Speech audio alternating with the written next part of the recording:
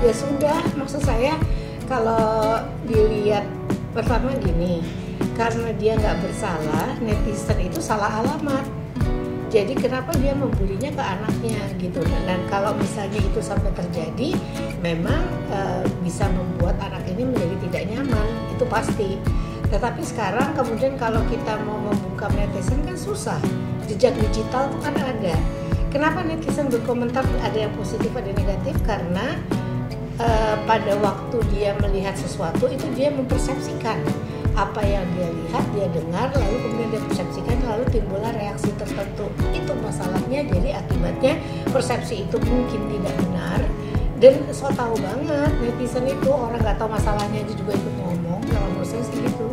Ya saya bilang nggak nyaman, dan kita nggak pernah tahu dampaknya sedalam apa, sebagaimananya kalau kita nggak bertanya kepada orangnya gimana rasanya. Tapi perasaan tidak nyaman, merasa kesel, merasa jadi kemudian malu, merasa tidak nyaman di pergaulan nantinya dan sebagainya, itu pasti ada.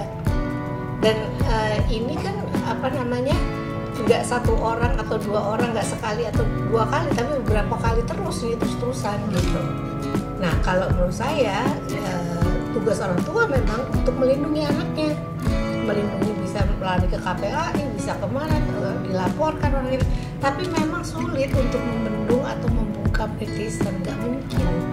Yang ada makin malah merajalela gitu. Kalau menurut saya untuk amannya anak, matikan media sosialnya, steril. Setelah itu kemudian ayah atau orang tua yang kemudian menguatkan anak supaya tidak terjadi sesuatu yang negatif pada dia, dorong dia untuk punya konsep diri yang bagus, self esteem yang bagus, kepercayaan diri yang bagus, dan tidak malu terhadap situasi ini. Kalau merasa bahwa itu kesalahan baik dari orang tua, yang paling bagus minta maaf kepada anaknya. Lalu kemudian kita nggak bisa membungkam ini. Tapi kalau ini mereka dikatakan salah, ya salah mereka yang menghujat itu. Boleh aja, terserah mau dilakukan apa, tetapi pertanyaannya, kita melakukan apapun tidak merubah keadaan. Pada waktu ini terjadi, anak sudah mengalami masalah tertentu nih akibat dari hal-hal yang negatif ini. Dilindungi sekarang iya, tapi dibantu secara pendekatan yang lebih intensif untuk kemudian buat anak ini bisa lebih percaya diri. Kalau menurut saya begitu. Bagaimana peran orang tua di dalam kehidupan keluarga ini? Kalau menurut saya, yang tadi saya bilang, kalau kita merasa salah sebagai orang tua minta maaf aja gitu.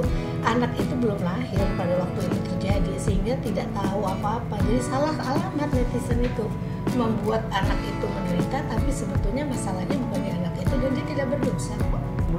Itu tadi saya bilang, tergantung dari apa yang terjadi pada diri anak ini. Harus ada pendekatan dulu, ngelihat dan sebagainya.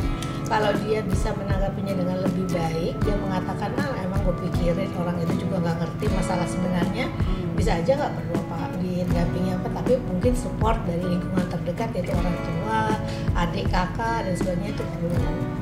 Nah itu namanya manusia, bergeraknya dengan persepsi.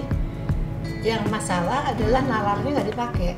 Kalau orang nalar, orang berpikir kritis, akan berpikir ini masalah terjadi pada siapa, kenapa saya mesti membuli anaknya, kan nggak masuk di akal. Itu berpikir kritisnya nggak ada. Sebagai orang yang kemudian, apalagi kalau dewasa, menggunakan jari-jarinya untuk melakukan memberikan update status atau apa, itu harus mikir. Jadi jangan seperti otomatis gitu, itu nggak bagus sekali. Kalau kita mengetahui bahwa ini juga yang kita omongin belum tentu benar, karena apa? Kita nggak tahu masalah itu sebetulnya apa di dalam keluarga itu sampai terjadi seperti itu. Lalu yang dibully anaknya, itu kan nggak masuk di akal. Menurut saya kalau jadi orang yang dibully juga, pikir aja deh orang-orang pada nggak bener aja otaknya gitu, sehingga dia kemudian membuat informasi-informasi yang membuat orang lain jadi marah.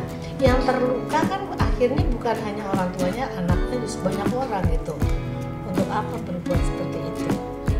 Iya, kalau untuk melindungi anak iya, tapi untuk mengunggah hal yang lama juga tidak, harusnya berpikir lagi. Kalau itu dianggap untuk membungkam, ternyata tidak membungkam, malah makin merajalela kan. Jadi menurut saya kalau punya masalah dengan orang yang lalu, selesaikan aja sama orang yang lalu. Kenapa mesti dibereskannya atau diitunya dengan media sosial?